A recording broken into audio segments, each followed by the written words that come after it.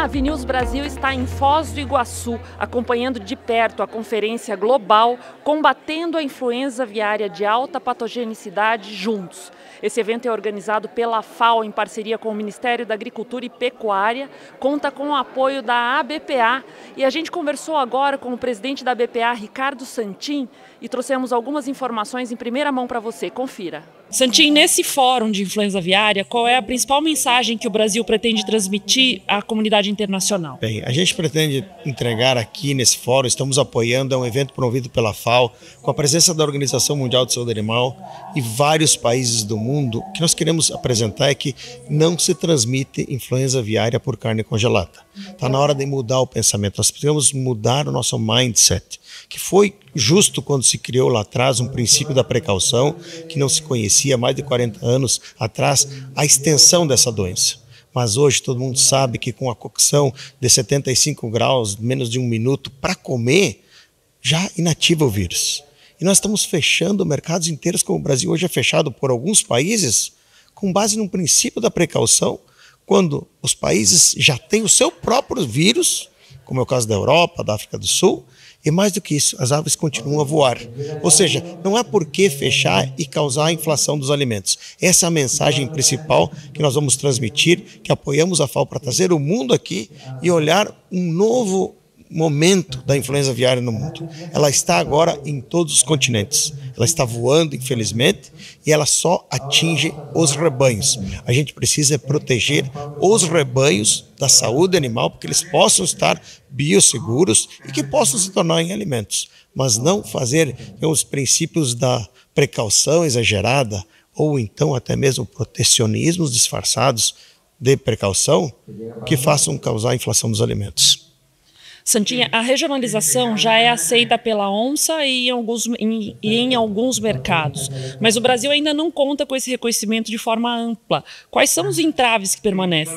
Em alguns países ainda tem esse princípio da precaução e no caso do Brasil, alguns países diziam expressamente, você nunca teve, você é um país livre. Quando você tiver um primeiro caso, nós vamos trabalhar a regionalização. A boa notícia é que dos 150 países que nós vendemos, hoje nós temos 8 fechados e deles só 4 importam do Brasil. 2 muito importantes, a China e a Europa, que estamos agora com iminência de reabrir. A Europa já anunciou que vai reabrir o mercado para o Brasil com base na regionalização e a China está vindo para o Brasil nesse mês para fazer uma verificação em loco e depois tomar sua decisão. Além disso, Malásia e Canadá e os outros 4 que estão fechados, como o Paquistão, como o Timor, nem importam do Brasil. Agora, a gente já tem vários países. O ABPA criou um roadshow que está fazendo o mundo afora exatamente para discutir e apresentar o tema da regionalização, especialmente pelo raio de 10 quilômetros ou pelos municípios e também por estado. Nesse caso, nós já fizemos isso nas Filipinas e ganhamos lá a regionalização por município. É uma coisa muito positiva.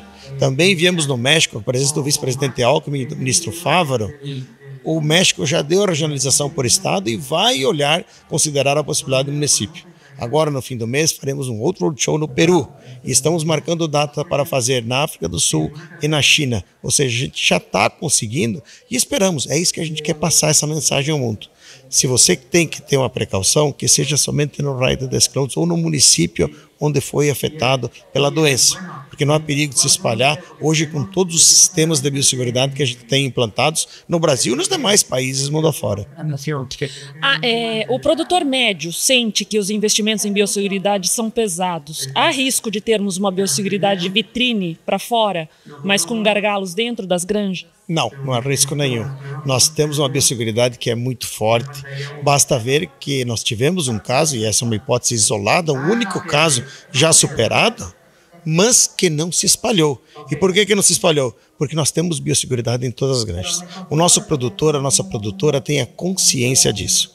Infelizmente, o peso do investimento é o peso de uma atividade que remunera e que eu preciso investir. É como um caminhoneiro quando vai ter que trocar o seu caminhão, quando o motorista de táxi tem que trocar o seu carro. É o investimento do produtor na proteção do seu rebanho, que é o seu tesouro que vai assegurar a sua renda ao final de cada lote. Então, por isso, a gente não tem esse risco e espera, sim, que todos os produtores e produtoras compreendam a responsabilidade que a gente tem com o mundo, já que a gente tem quase 40% do market share global, e quando a gente não cuidar Se a gente não cuidar disso, quando a gente não vender, tem gente que passa fome ou que não consegue comprar a comida que sempre comeu. O setor discute algum mecanismo de compensação ou fundo para apoiar perdas em caso de fome? Sim, já há mais de 5 anos, o GPIA, que é o Grupo Especial de Prevenção da Influenza Aviária, junto com o nosso conselho, tem trabalhado no levantamento dos fundos estaduais de defesa. Alguns estados não tinham fundos, nós auxiliamos, entregamos as legislações para construir. Alguns estados têm fundos bastante sólidos e alguns ainda não os têm.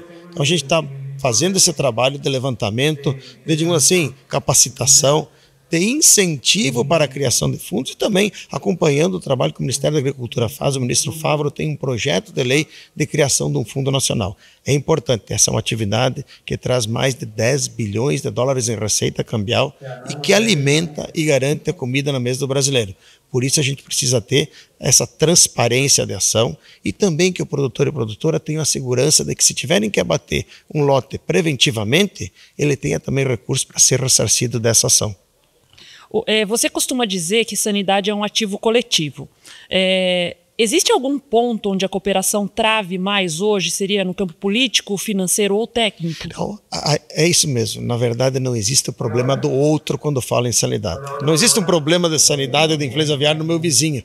Porque se deu nele, fecha o país inteiro, ou fecha o estado, ou fecha o município. Ou seja, eu tenho que trabalhar conjuntamente. As dificuldades, às vezes, são, inclusive, da atualização dos materiais. Às vezes, de entender que eu não preciso fazer porque aqui não tem risco. Tem. O risco hoje é iminente em qualquer lugar. Como que funciona? Cuidando da biosseguridade na sua granja, evitando as visitas desnecessárias, usando roupas exclusivas, especialmente calçados exclusivos para entrar dentro do aviário. É isso que a gente tem. Às vezes a dificuldade é que eu acho que eu não preciso fazer. Não, todos precisamos fazer isso. Você coloca bem. Esse é um ativo coletivo.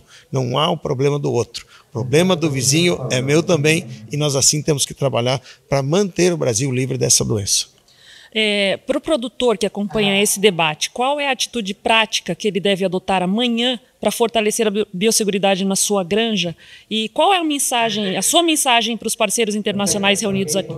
Bom, primeiro, cada vez mais é o produtor reforçar as medidas de biosseguridade, fazer com que elas sejam realizadas efetivamente. Por exemplo, fazer cercas de animais domésticos, cuidar que as comieiras estejam bem fechadas, as portas, o telamento, quando você tem um aviário desses modernos, que esteja totalmente limpo, que tenha desratização, que você tenha também o cuidado simples da rodolúvio, pé dilúvio. Quando não tem um rodolúvio, eu tenho uma bomba costal para limpar e desinfetar os carros que vêm visitar.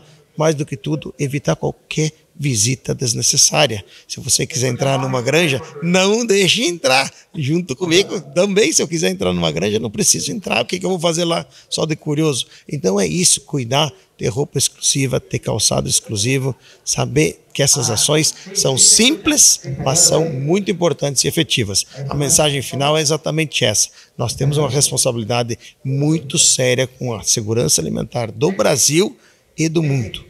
No nosso caso, no Brasil, nós consumimos 47 quilos per capita habitante ano. É a principal comida do brasileiro. Aves e ovos e, inclusive, a mais acessível em termos financeiros. E nós temos que saber disso toda vez em que a gente dá uma revisada nas nossas ações, mantendo a biosseguridade. Porque, infelizmente, essa doença chegou no nosso continente, agora aconteceu na Argentina há poucos dias atrás. Não queremos que aconteça de novo no Brasil, mas se acontecer, tem que repetir o que aconteceu no primeiro caso.